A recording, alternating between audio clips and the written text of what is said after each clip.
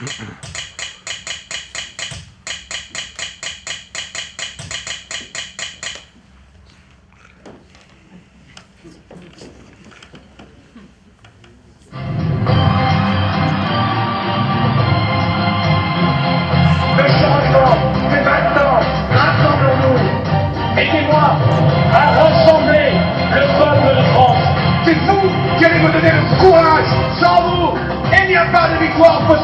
c'est ensemble que nous allons construire le rassemblement. Je veux une belle victoire, une grande victoire. Nous voulons de grands projets pour un grand pays qui s'appelle la France. Bienvenue si vous nous rejoignez, il y a ce soir de l'électricité dans l'air et pas seulement à cause des risques d'orage. Ce qui est certain, c'est qu'on saura dans une heure pile maintenant qui est le gagnant de ce second tour et nous entrerons alors au palais de l'Élysée, ce vieux palais de 3 siècles qui a vu bien des chefs d'État y résider et qui nous livrera tout à l'heure le visage du gagnant de cette élection présidentielle. Nous allons mettre ce soir les grands moyens pour suivre tout cela en images, Laurent. On va prendre la direction du palais de l'Élysée avec Valérie Astruc. Valérie, est-ce qu'il y a du mouvement devant le palais de l'Élysée ce soir actuellement? Ça bouge pas là, c'est vraiment lent.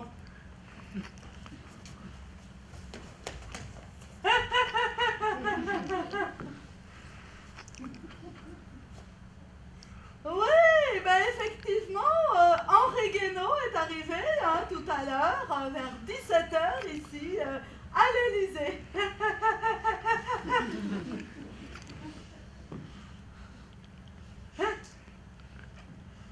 Il est arrivé à pied. Il s'est tranquillement dirigé vers l'entrée principale et il est monté directement dans le bureau de Nicolas Sarkozy. Oui, bah écoutez, absolument. Absolument, David, absolument. Et une porte qui pour l'instant, est toujours fermée, hein, mais qui devrait s'ouvrir, hein, bien sûr, d'une minute à l'autre. Et là, eh bien, nous pourrons avoir cette image hein, de François Hollande dans ce bureau qui à quelques minutes avant 20h, attend. Hein, il attend les résultats définitifs de cette élection. Comme tu le sais, je ne suis plus de ce monde.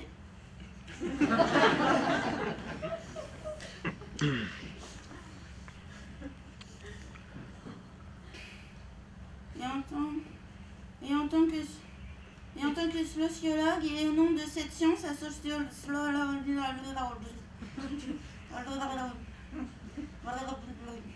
J, qui exige rigueur et discipline, je t'ai choisi pour cette mission spéciale. 2 points. Créer un spectacle qui serait salvateur pour la société d'aujourd'hui, un spectacle sur le traitement de l'information à la télévision. Pouf. Ok. Signé Monsieur Dieu. Monsieur Bourdieu. Pierre Bourdieu.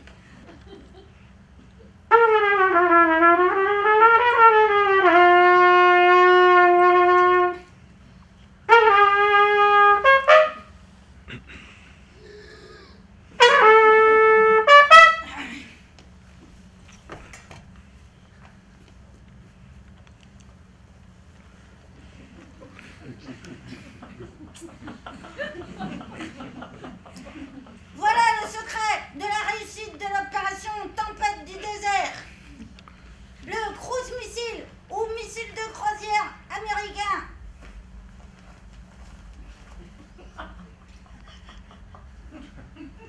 C'est une fusée dotée de petites ailes et qui vole en remote entre 20 et 50 mètres d'altitude au-dessus du sol et de l'eau. Salut les terriens, salut les terriennes. Alors les terriens, de ce soir sont Marine Le Pen. Marine Le Pen, bonsoir.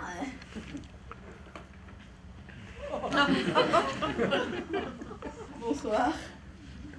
Autre terrienne avec nous ce soir, Océane Rosemary.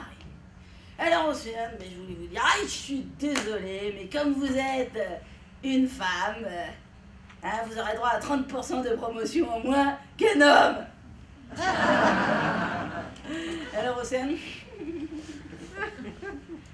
Et puis en plus, comme je suis lesbienne, normalement c'est encore pire. Frédéric Bono. Non, pardon, excusez-moi, je me suis trompée. Excusez-moi, je pensais à vous, Frédéric, déjà, avant même que je vous ai nommé, mais il y a quand même un ordre à respecter. Bon, Nicolas Bedos. Alors, Nicolas, vous êtes ici pour la spéciale fils et fille de Salut les Terriens. Bah, c'est vrai que tous les deux ensemble, excusez-moi, Nicolas et Marine sur un plateau, c'est formidable, hein. Parce qu'on n'aurait jamais imaginé Jean-Marie Le Pen et Guy Bedos, hein. Donc les temps changent, quand même. Alors, Nicolas. Ah ouais. Ah, c'est vachement vrai ce que tu dis, hein. Ah ouais, je sais. Ouais, ça aurait pas été facile, hein. Opération aérienne et opération de déploiement en zone d'attente des blindés, hein. C'est-à-dire zone d'attente de l'opération Tempête du désert. terrestre. Objectif, Locovite.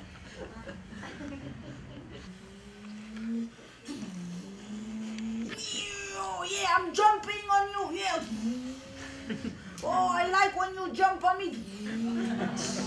Come on, baby, light my fire. And now, Calipette. Non. C'est pas grave.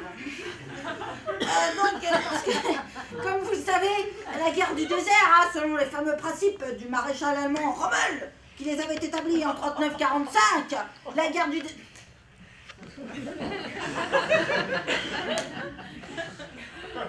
La guerre du désert, c'est avant tout l'encerclement. Enfin, c'est d'abord la vitesse, évidemment, le mouvement, donc arriver très rapidement sur l'objectif.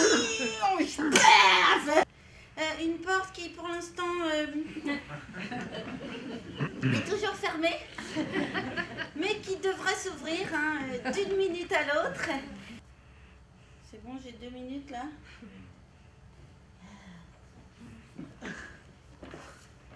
2 minutes de temps de cerveau disponible.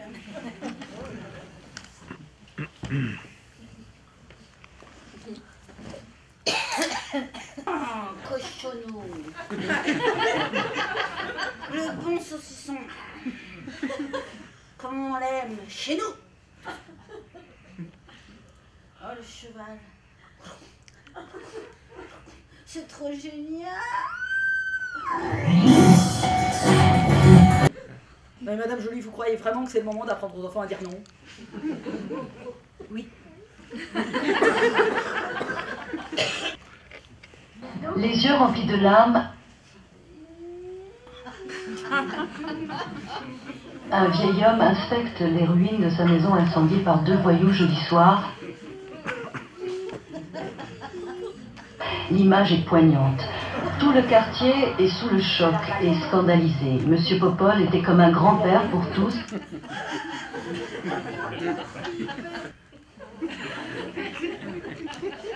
Oui. Oui, David. C'est imminent. C'est vraiment imminent. Alors, je me propose de rester avec vous le temps que la porte s'ouvre. Ouais, la porte ne s'ouvre toujours pas. Mais je suis patient et je pense que nous avons raison d'attendre pour voir ces fameuses images. Nicolas Sarkozy a lu sa déclaration. À tous les ministres présents. Alors bon, je ne peux pas vous en donner, bien sûr, la teneur. En tête, Jacques Chirac avec 20% des voix. Énorme surprise. Jean-Marie Le Pen semble devoir être le second avec 17% des voix.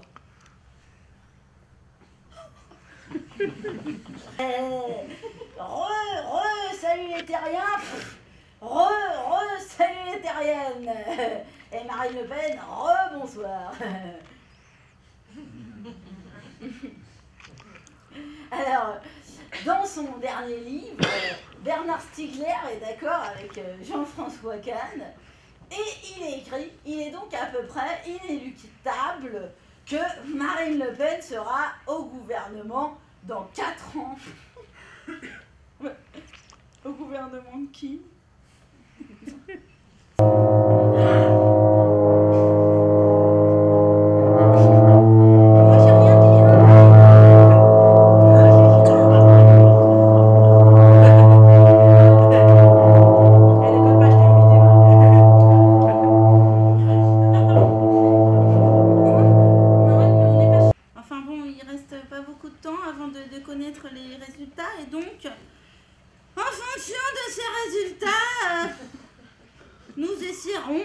Éventuellement de filmer François Hollande après 20h. Et moi je dis que quand un journaliste il n'en sait pas plus que ça, il devrait être autorisé à fermer sa gueule. Ce que je veux montrer donc c'est une série, je veux mettre le doigt sur une série de mécanismes qui font que la télévision cache. La télévision cache tout en montrant. Et en un sens, plus elle montre, plus elle cache. Plus elle dévoile, plus elle voile. Alors, bon, j'ai l'air encore de jouer au paradoxe, mais prenons le plus facile. Je vais aller constamment du plus facile, du presque conscient, jusqu'au, je crois, le plus difficile et le plus inconscient. Les faits divers. On peut dire, pour faire un jeu de mots, les faits divers, ce sont des faits qui font diversion. Le fait divers, c'est cette sorte de denrée élémentaire, rudimentaire de l'information, qui est très importante. La denrée la plus rare à la télévision, c'est le temps. Penser qu'on emploie des minutes si précieuses pour dire des choses si futiles, ça veut dire que ces choses si futiles, en fait, sont très importantes dans la mesure où elles cachent des choses précieuses, elles cachent des choses importantes. Alors, si j'insiste sur ce point, c'est qu'on sait par ailleurs qu'aujourd'hui, une proportion très importante, qui est de l'ordre de plus de 50% des gens, ne lisent aucun quotidien. Autrement dit, sont voués corps et âme à la télévision. Or, si elle fait ce que je dis, c'est-à-dire si par exemple, en mettant en tête des faits divers, en remplissant ce temps rare avec du rien, avec du vide, ou du presque rien, on écarte les informations pertinentes que devrait posséder le citoyen pour exercer ses droits démocratiques.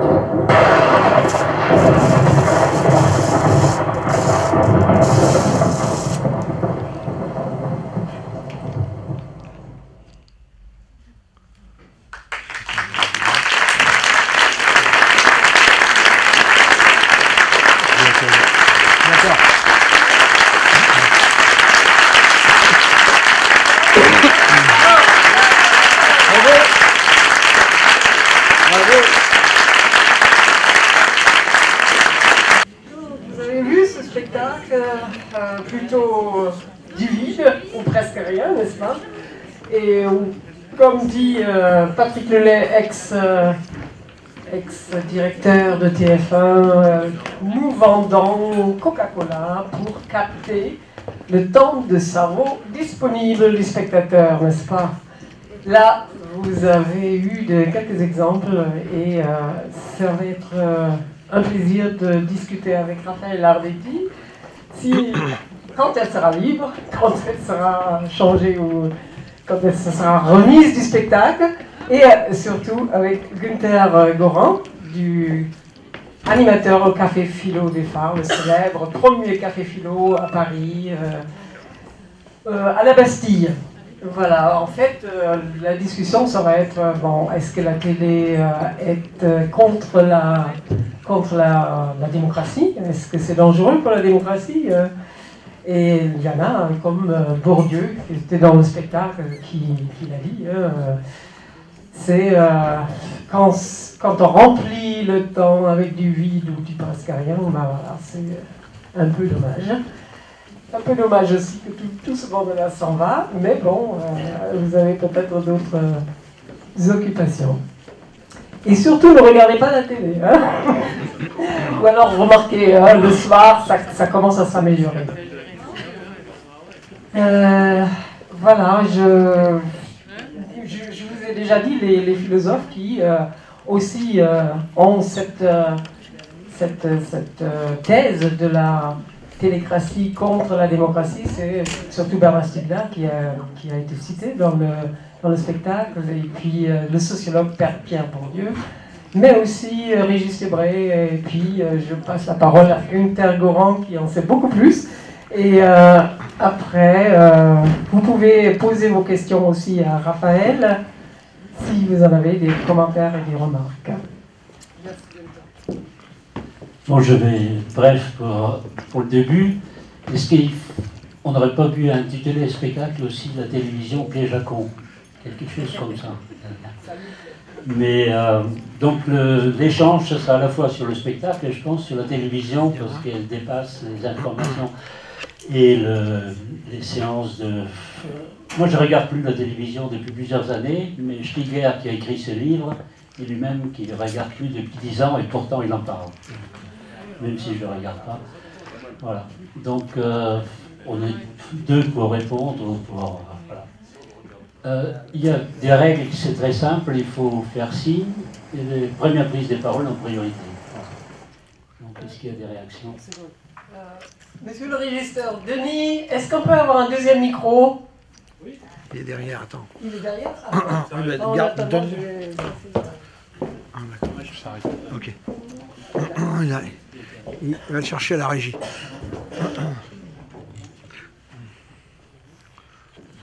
Merci beaucoup. Tout d'abord, je tiens à préciser que j'ai énormément apprécié le spectacle, que je ne connaissais vraiment, c'est la première fois que je découvre Raphaël, avec beaucoup de plaisir et beaucoup de bonheur. Merci énormément. Voilà. Je reviens sur le sujet de la télévision. C'est juste un petit témoignage pour montrer à quel point les choses sont déformées. C'est un témoignage personnel. Il se trouve que je travaille pour un bailleur HLM que je nommerai pas. Simplement, je passe mon quotidien tous les jours dans des endroits qui sont parfois tristement célèbres, des grands ensembles immobiliers. Certains sont connus, notamment Clichy-sous-Bois pour les événements que tout le monde connaît. J'ai travaillé également à Saint-Denis, au Franc-Moisin. J'ai travaillé à Rosny-sous-Bois, plein d'endroits qui sont malheureusement connotés, avec des images souvent négatives, alors que moi j'y passe toutes mes journées. Je peux témoigner en disant qu'il n'y a pas que ça, il n'y a pas que ces mauvaises images, il y a aussi des gens qui sont formidables, qui habitent dans ces endroits, qui travaillent dans ces endroits.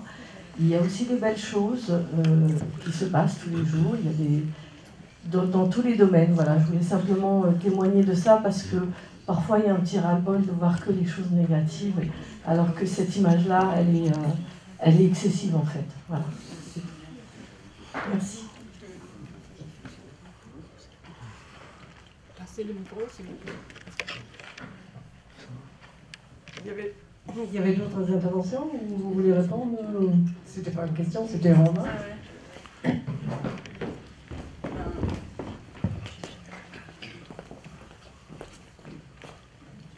Oui, bonsoir.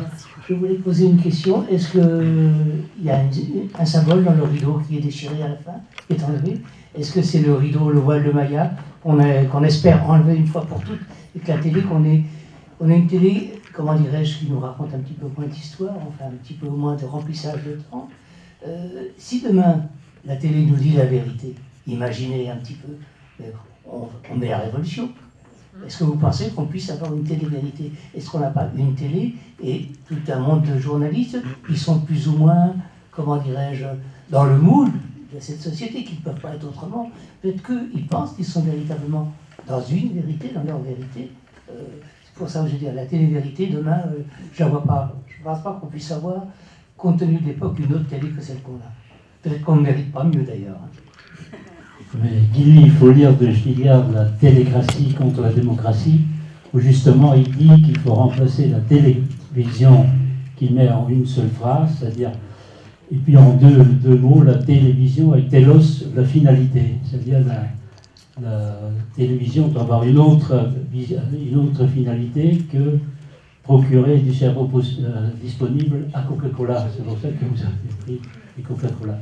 Mais moi, ce que je me demande, c'est est-ce que le danger, c'est comme pensait Bourdieu, d'influencer politiquement, donc de montrer, de promouvoir la montée du FN, ou est-ce que c'est pour dépolitiser? Moi, je demande si c'est pas plus pour dépolitiser, parce que l'abstention, le parti qui a gagné, c'est les abstentionnistes, c'est 50%. Et ça m'arrive de regarder les informations, et surtout, on est écervelé, parce qu'il y a sur le même niveau un fait divers, la guerre dans l'Irak, l'interview d'une femme qui vient de perdre son enfant, c'est-à-dire il y a une sorte d'écervellement on pense beaucoup, mais on ne réfléchit plus. Parce que penser et réfléchir, quand on dit dans le... Ça va avec, quoi. Enfin, la dépolitisation, elle va avec la montée du FN. Enfin, c'est copain-cousin, non? Enfin, ben, du coup, tous les clichés, les choses qui sont des idées reçues, sont pas du tout analysées et sont balancées comme ça. Enfin, je sais pas, j'ai l'impression que ça va avec. C'est un autre débat, peut-être. Est-ce que le FN, c'est pas qui a tort, justement, a tort, et considéré comme le seul parti qui ne fait même pas partie de bande des quatre. C'est-à-dire, voilà, on proteste parce que les autres, ils sont tous, ils ont participé, ils ont... Je sais pas, mais la dépolitisation, pour moi, c'est plus grave que le FN. La dépolitisation, oui. C'est Schligler qu'on ne peut pas soupçonner, qui a même dédié son livre « Aimer, s'aimer, nous aimer » aux électeurs du Front National, pas aux dirigeants, aux électeurs, en disant ils se trompent des colères. Ce sont des gens qui sont en colère, ils pensent c'est l'immigration, alors c'est pas du tout ça, c'est juste un chiffre sur le capital qui tourne autour du monde, c'est-à-dire combien, je fais comme vous, combien vous croyez correspond à des biens et des services, c'est-à-dire tout ce qui est parasitaire par rapport à une seule substance qui produit de la richesse. Est-ce que vous avez une idée? C'est 1,8%. C'est-à-dire, j'aime bien penser en image, le capitalisme pouvait fonctionner quand une tique suçait une vache. Hein, c'est possible, une tique qui se met sur une vache, mais aujourd'hui, c'est une vache qui suce une tique. Et ça, c'est pas possible. Ça, c'est...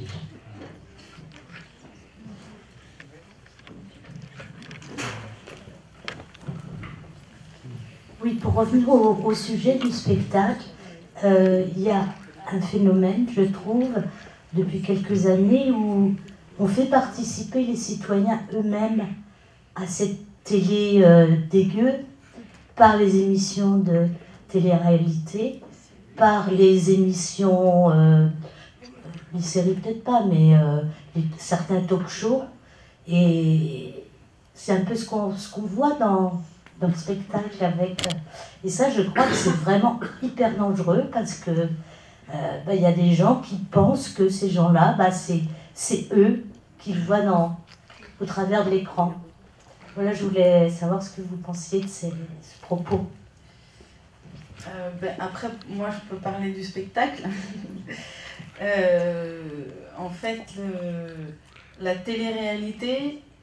j'ai pas pris d'extrait de télé-réalité. Parce que, en fait, j'essaie de me concentrer sur les choses dites à peu près sérieuses. Enfin, l'information, le traitement de l'information. Parce qu'en fait, c'est tellement vaste et il y a tellement de trucs débiles que on peut faire 18 spectacles pour dénoncer des choses, je veux dire. J'aurais pu prendre des jeux télévisés, le maillon faible et tout ça, toutes ces émissions-là. Mais du coup, j'ai essayé de me concentrer sur ce qui était censé informer. Et après, sur l'image, mais ça c'est juste par rapport à la présence du public dans les émissions. Je ne sais pas s'il y en a parmi vous qui ont déjà été dans les émissions. Ouais.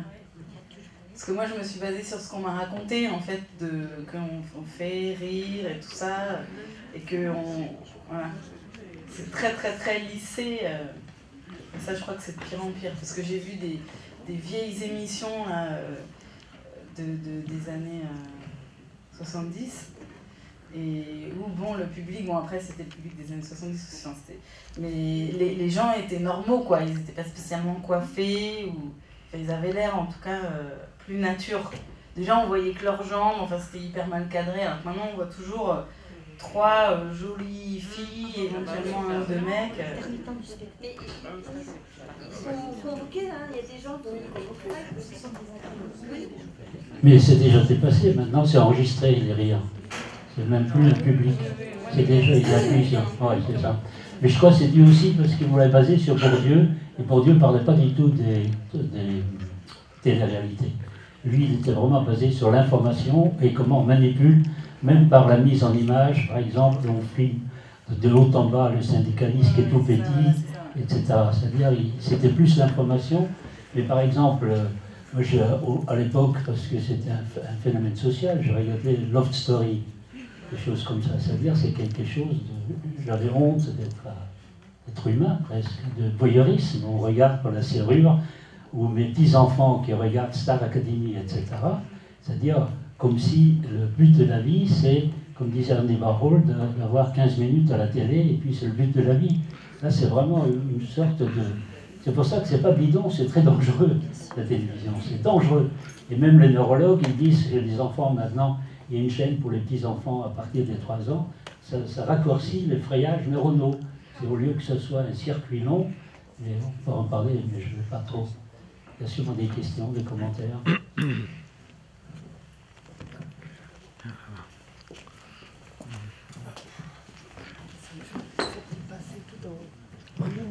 Il faut aller l'envoyer.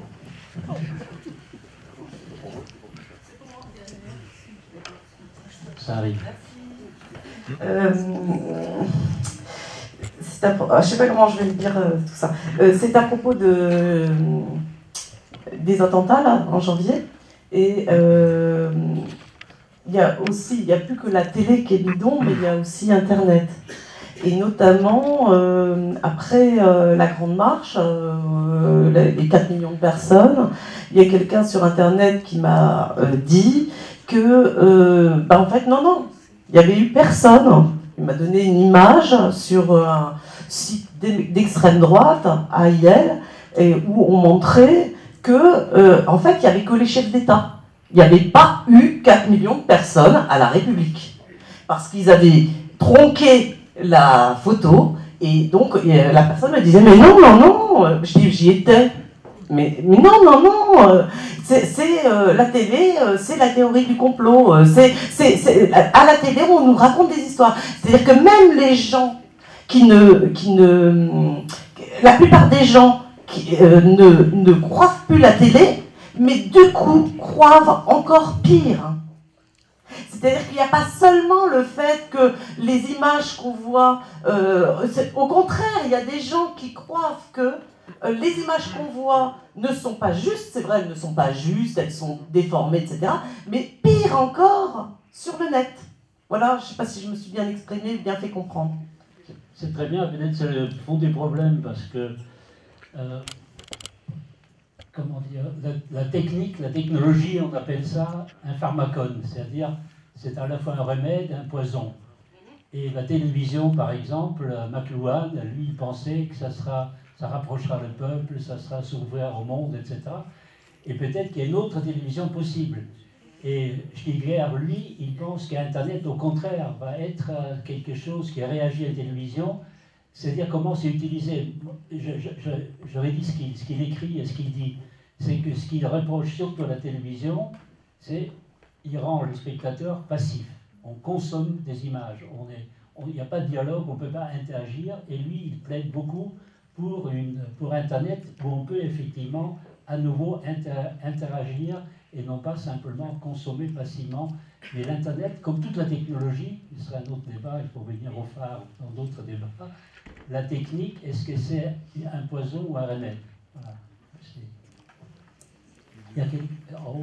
Oui, Moi, j'ai envie juste d'avoir un quart de seconde l'avis contraire de cette soirée. Je ne sais plus quelles élections c'était. Est-ce que c'était en 2002 ? Je ne me souviens pas vraiment. Je regarde peu la télévision, mais j'étais très surprise. Je ne sais pas si c'était la 3 ou une autre chaîne, où on avait vu le soir des élections le film Le Président avec Jean Gabin. C'était extraordinaire. Ce film en DVD à la FNAC, c'est un film super sur l'Assemblée nationale, les lobbies et tout ça. J'avais trouvé ça extraordinaire d'avoir ça un soir d'élection. Donc ça, c'est pour la positivité de la télévision. Oui, mais c'est pas la télé, c'est le cinéma. C'était passé à la télé ce soir-là. C'était passé le soir des élections à la télévision. Mais vous savez ce qu'a dit Jean-Luc Godard? Il dit de regarder un film à la télévision, il compare ça à un original de peinture et une carte postale. C'est-à-dire c'est aussi la télévision réduit et déforme le contact avec le cinéma tel que les réalisateurs le pensaient. Je suis navrée, je suis qu'une dactylo, donc moi je ne suis incapable de rentrer dans ce genre de détails. Mais par contre, j'ai vu moi un contenu du film extrêmement intéressant et surtout, puisque c'était entre les deux guerres, hein, je crois, cette histoire de président. Donc moi j'ai vraiment reçu une information, j'ai été acheter le film, je l'ai revu.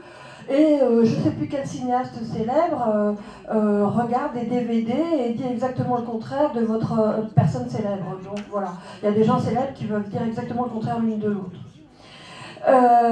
Pour l'abstentionnisme, franchement, je ne suis pas sûre que ce soit seulement la télé, mais le jeu des politiques, quoi. Moi, franchement, pour qui j'ai envie de voter, là, actuellement je vais être caricaturale avec blanc bonnet blanc, mais voilà, moi j'avais toujours voté, et là je fais partie des gens, ben, ça vaut plus la peine. Et je pense pas que c'est parce que je suis non politisée. J'ai une association, je passe plusieurs heures par jour sur mes mails, on échange, vraiment je suis de plus en plus politisée. Grâce à un film que j'ai diffusé qui s'appelle Who's Counting, donc sur le PIB.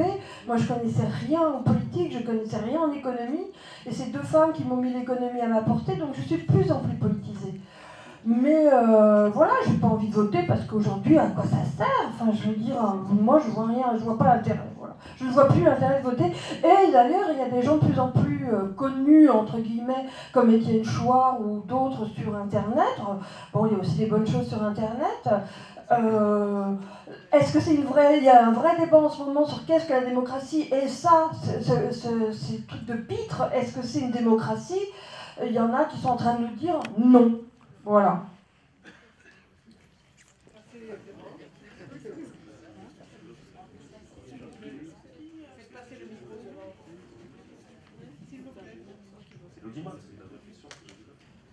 Je le laisse, je le garde.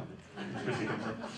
Non, ce que je voulais dire aussi par rapport à tout ce que vous êtes en train d'exposer, là, c'est est-ce qu'on parle du média en lui-même, la télévision, est-ce qu'on peut la critiquer comme ça un petit peu gratuitement, ou l'utilisation qui en est faite à des moments donnés?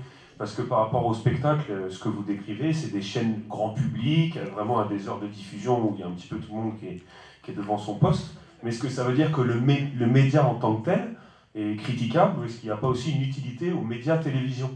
Et quand vous dites est-ce qu'une autre télévision est possible, j'ai envie de vous répondre que c'est déjà le cas. Il y a, je veux dire, ici tout le monde a, je pense, un abonnement internet avec une multitude de chaînes et tout ça. Je sais plus, il y a une chaîne de débat par exemple qui se situe en Seine-Saint-Denis, et je crois que ça s'appelle Bondy. Ça c'est un très bon exemple de télévision citoyenne, d'accessibilité au débat public, filmé avec des élus, avec des artistes, etc., et qui est diffusé à grande échelle.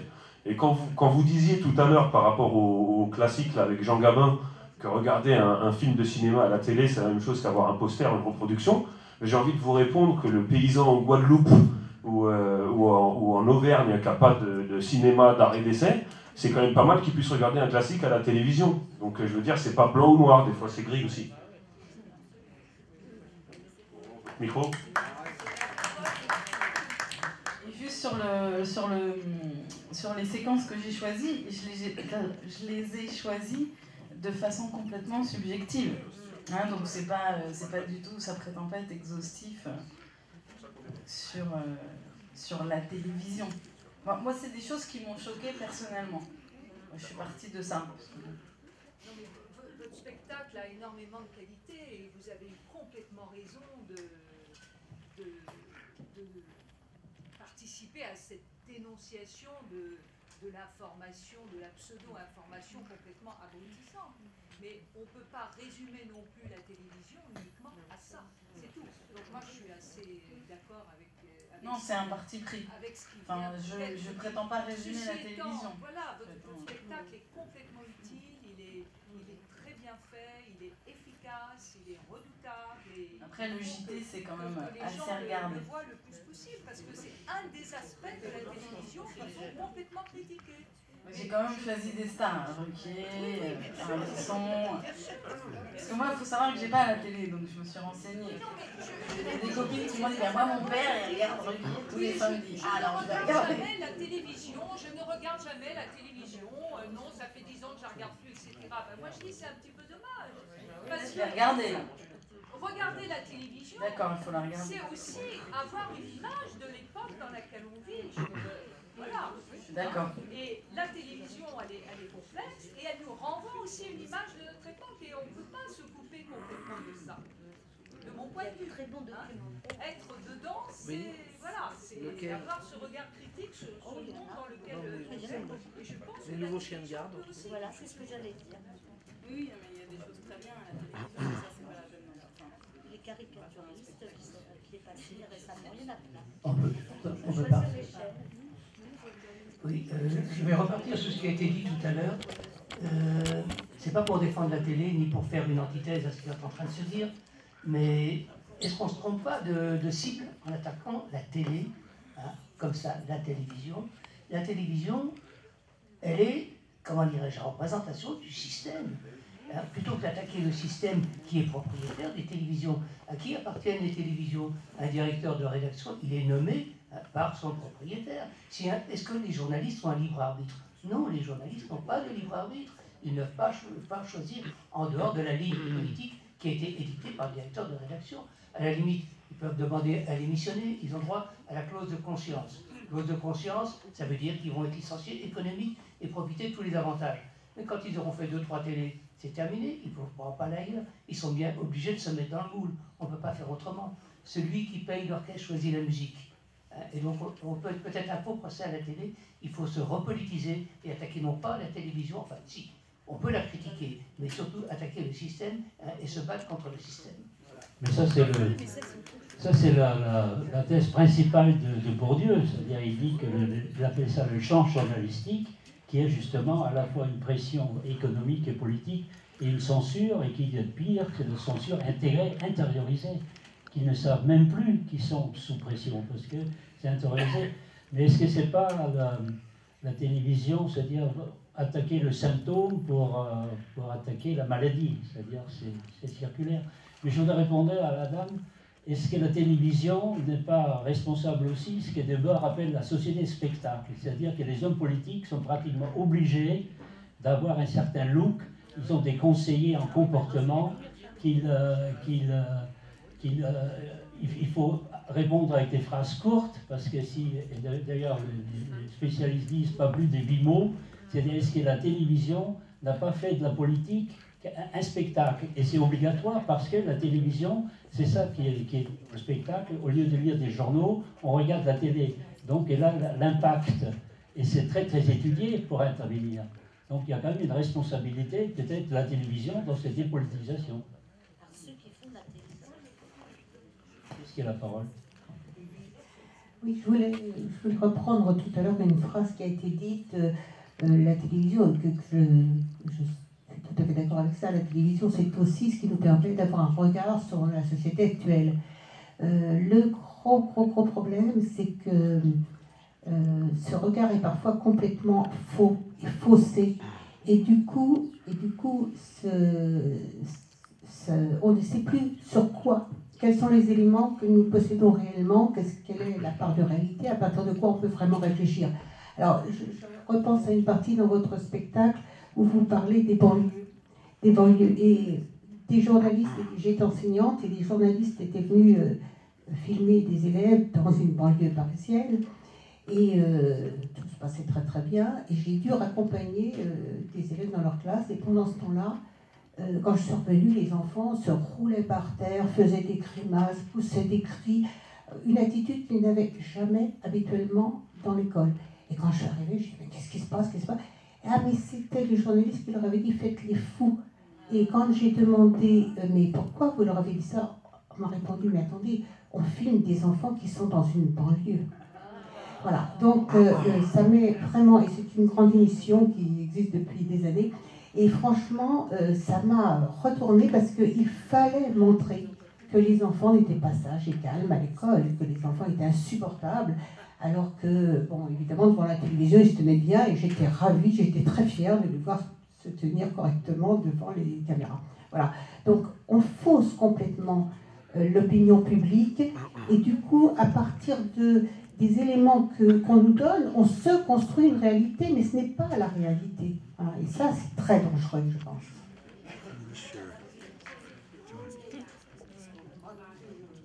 Là, monsieur à côté. C'était l'émission Les Maternelles, il y a une quinzaine d'années. Passez à...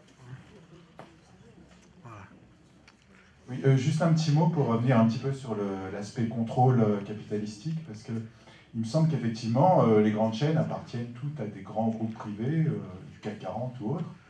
Et pareil pour la presse, il y a très peu de journaux de presse qui soient vraiment indépendants. Donc tout ça est quand même contrôlé. Il y a un contrôle social qui est fait par ces grandes sociétés qui bon, quelque part, ont des liens aussi avec le pouvoir, les gouvernements, etc. Donc, par contre, il me semble que le lien entre la télévision et le développement de Marine Le Pen, en fait, c'est un effet collatéral. Le fait que Marine Le Pen ait des voix, ça n'a pas du tout été ni voulu ni prévu par les chaînes de télévision. Il me semble que c'est un effet pervers, effectivement, de cette société du spectacle, où on va essayer de montrer toujours plus de banlieues qui brûlent, enfin, de la guerre dans le Golfe, etc. Et c'est vrai que ça finit par inquiéter les gens, par leur faire croire qu'ils vivent dans un monde dangereux, qui explose, qui peut exploser d'ici peu, etc. Mais il me semble que l'analyse de Bourdieu, ça rejoint quand même un aspect contrôle social par les grands groupes capitalistiques, et que effectivement, la télévision, c'est un médium qui est utilisé par les grands groupes, que ce soit TF1, Vivendi ou Canal+, etc. Et quand même, quand ils invitent Marine Le Pen, là, en l'occurrence, dans cette émission, ils n'ont pas bossé les contre-arguments, quoi.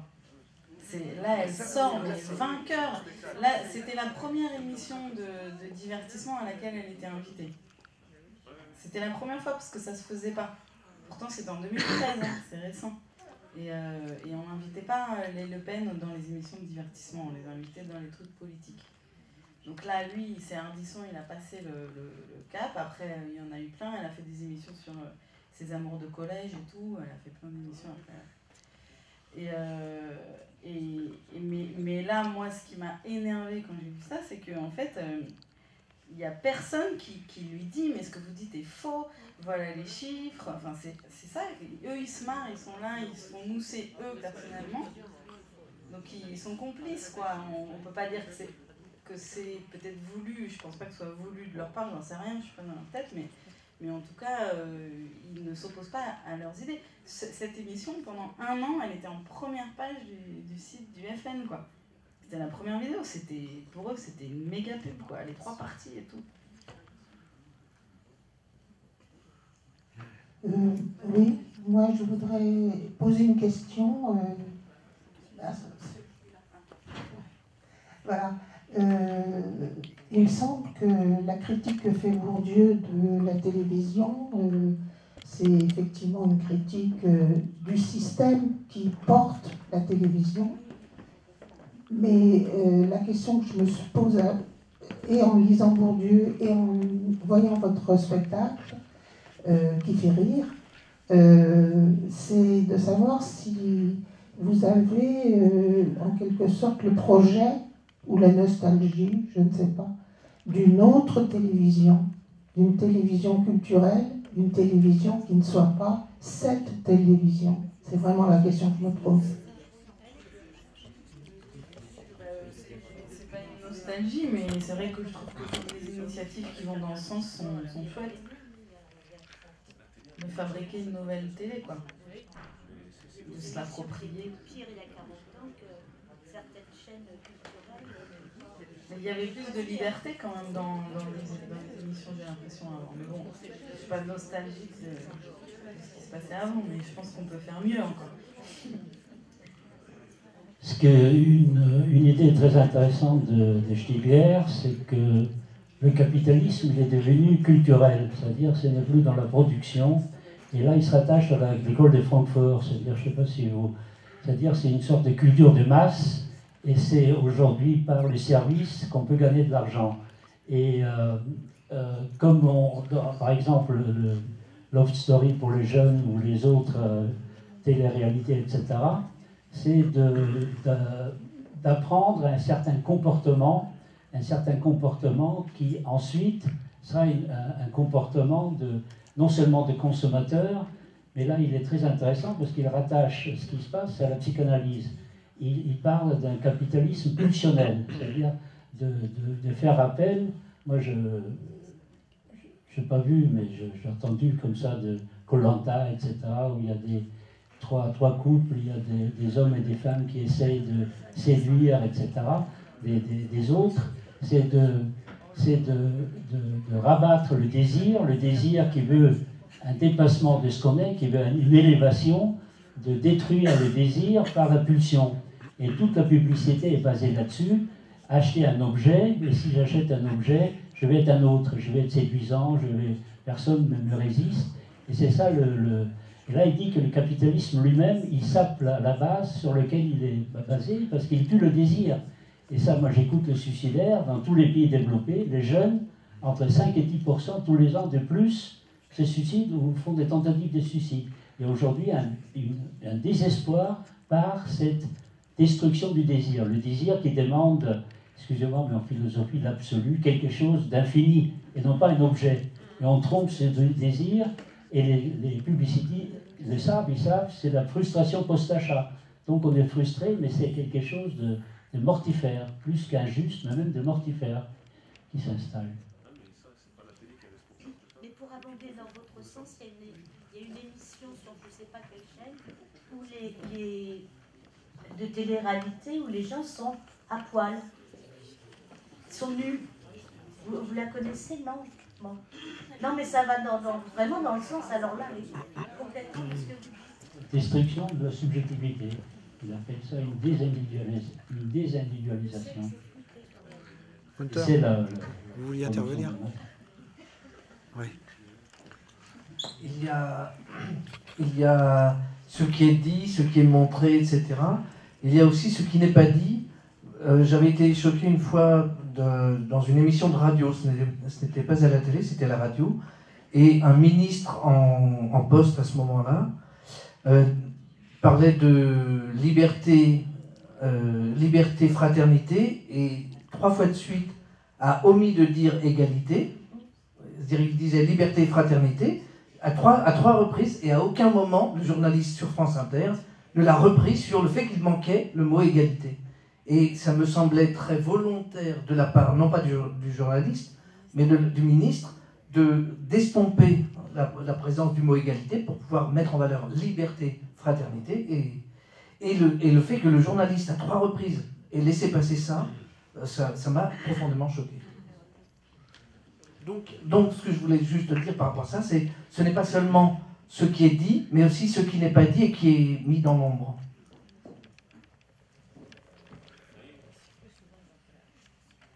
Effectivement, comme tu dis, Gunther, Bernard Stiegler, il parle de l'effet de masse. Donc il y a un certain conformisme qui est distillé par ce journal de 20 heures que tout le monde, des millions de personnes allument en même temps.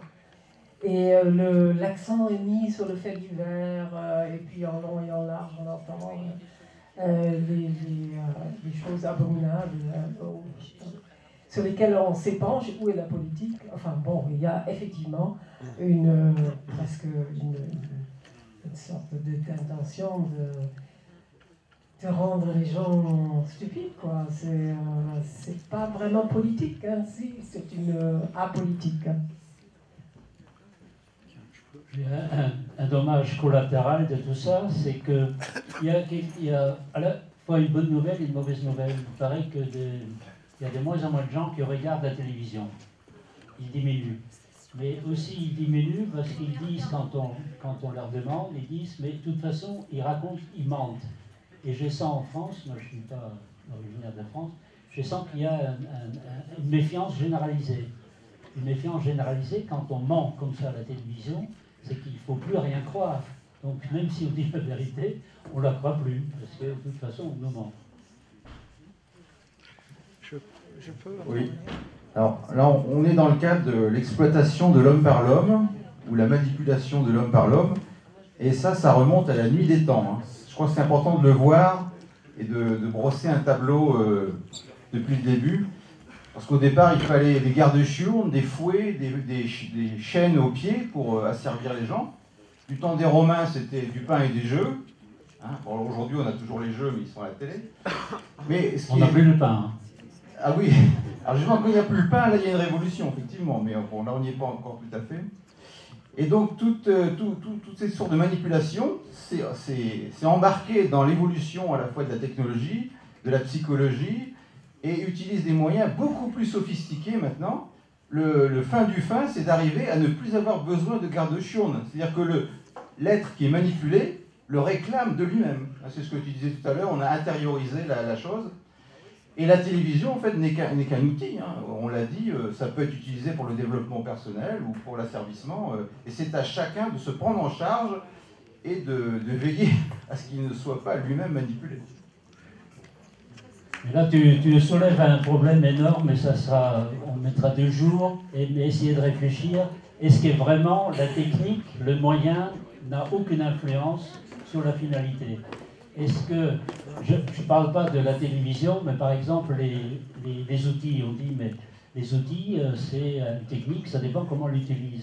Mais est-ce que c'est vraiment la même chose, le marteau, ou quand vous aviez Odyssée 2001, quand le premier homme, singe homme, utilise un os comme arme, et puis une centrale nucléaire. C'est-à-dire, est-ce que ce n'est pas un changement qualitatif, on appelle ça en dialectique, est-ce qu'on peut dire, ça a toujours été comme ça? Non, il y a un changement qualitatif. La télévision, d'ailleurs, ce que tu avais dit, la télévision, ça n'a rien à voir avec le prêche. Là, il y a une puissance par l'image, par le son, il y a une sorte de captation qui n'a rien à voir avec les manipulations d'autrefois. Il y a un changement qualitatif, à mon avis.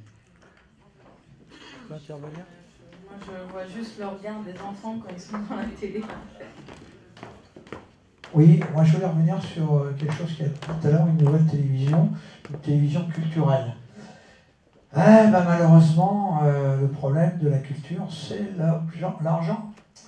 On ne peut plus faire financer de projets culturels.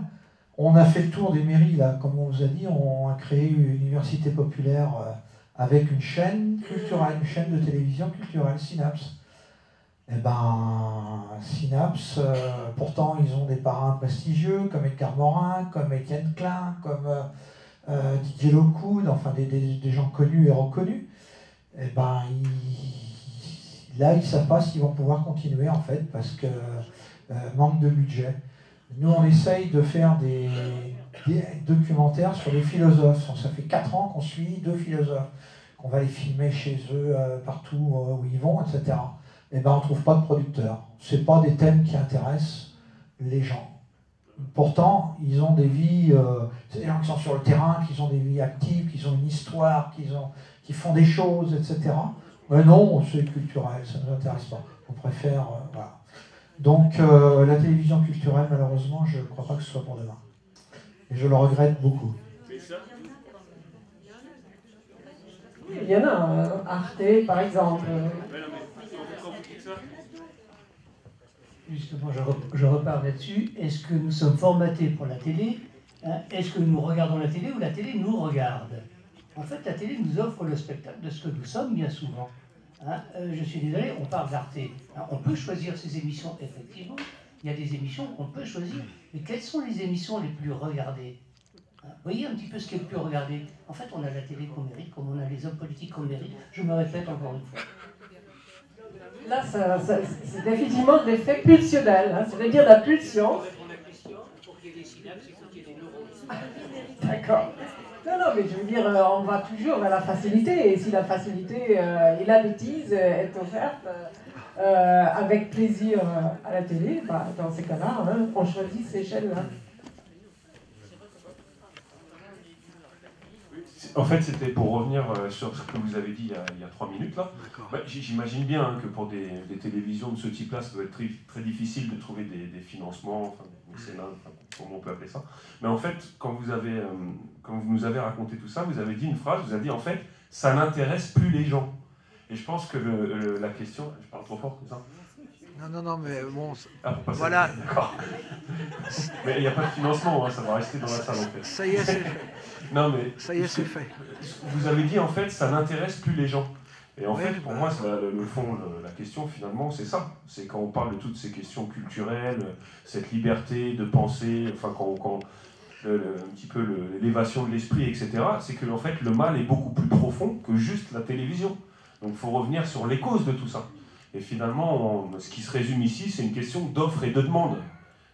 Voilà, c'est-à-dire que toutes ces émissions-là, comme venait de le dire le monsieur, c'est le reflet de la société aussi d'une certaine façon. Donc il faut s'interroger sur les vraies raisons qui poussent à cette médiocrité ambiante sur ce média-là, quoi. Ça, c'est la responsabilité de nos politiques. De chacun de nous. Non, mais je veux dire, de chacun de nous, à échelle individuelle, et tant qu'on peut s'y appeler, etc. Mais il y a quand même une grande responsabilité politique pour tout ce qui est de l'ordre des idées, d'inculquer l'élévation de l'esprit, la liberté dans ce qu'elle représente vraiment aux plus jeunes.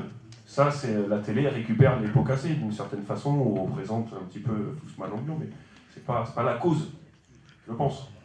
Mais moi je fais des débats avec des professeurs en Paris et banlieue, et souvent ils me disent, mais les enfants nous méprisent. Pourquoi ils nous méprisent? Parce qu'on est des gamins petits. Parce qu'aujourd'hui, si on gagne pas plus, et c'est un député il y a une dizaine d'années qui disait, au plus c'était encore des francs, c'est lui, le français qui ne gagne pas plus que 100 000 francs par an, c'est un con. C'est un député qui disait ça.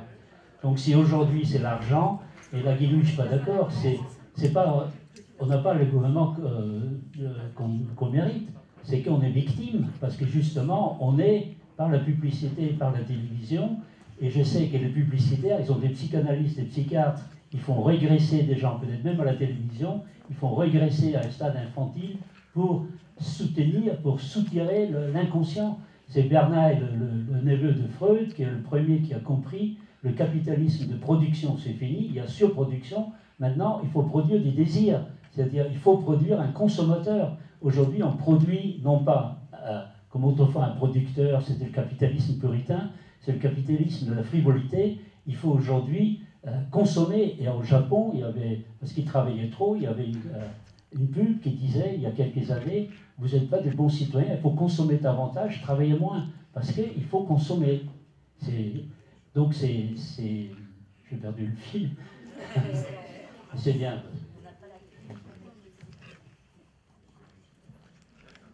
Bon, bah écoutez, merci pour votre participation active. Surtout Raphaël Larry et Adèle Diagoral.